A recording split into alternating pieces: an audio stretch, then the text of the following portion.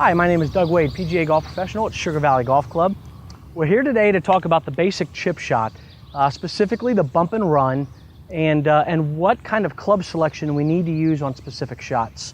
I get this a lot in clinics I run, the indecisiveness on the clubs. Many people like to use the same club for every single shot.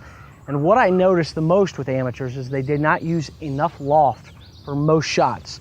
On the shot that we're going to look at today though, this shot's a little bit longer and a little bit uphill. And this is a shot where less loft actually will benefit us, and we're going to go through it and I'll show you why. So I've got three clubs in my hand here. I've got a 60-degree wedge, I've got a 50-degree, a gap wedge, and then I've got a 9-iron, okay?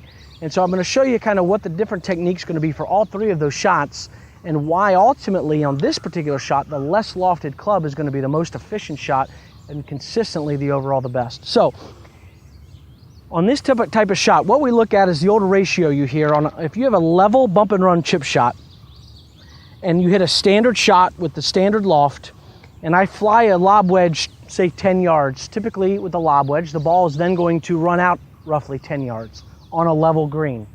If I've got a sand wedge, I may carry the ball 10 yards, and the ball will then roll out about 20 yards.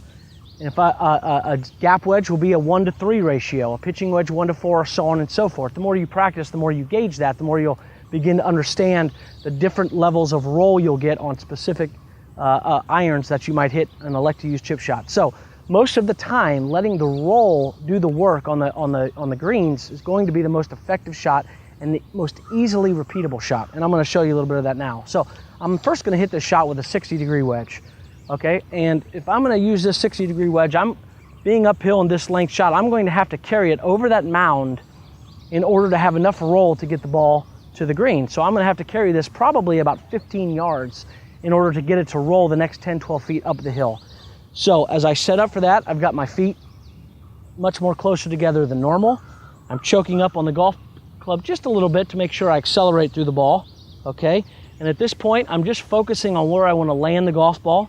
I've got the angle of my right wrist, you see, and I'm going to maintain the angle of that right wrist throughout the chip shot, okay? So I'm visualizing where I want that ball to go at this point. Carrying it up over the slope, and then going for the release. So that shot, you can see the length of that golf swing there. That particular shot may be much more difficult to repeat and get close on this length shot. Now I'm going to go to the gap wedge. Okay, same type of thing. This time, again, I want to visualize where I want to land the ball. It's going to be much, much shorter than I did with that 60-degree wedge. In fact, I'm going to have to land this kind of in the middle of that upslope, and I'm just feeling how much roll I'm going to get out of it and trying to gauge it at that point. So I'm set up here, feet are close together, very similar setup than what I had the last time, and I'm just seeing where I want to land the golf ball. Okay, and again, by hitting into that upslope like that, a little bit difficult to judge. Not a terrible shot, but not an easy putt left at all. Okay, so now we're going to go to the 9-iron.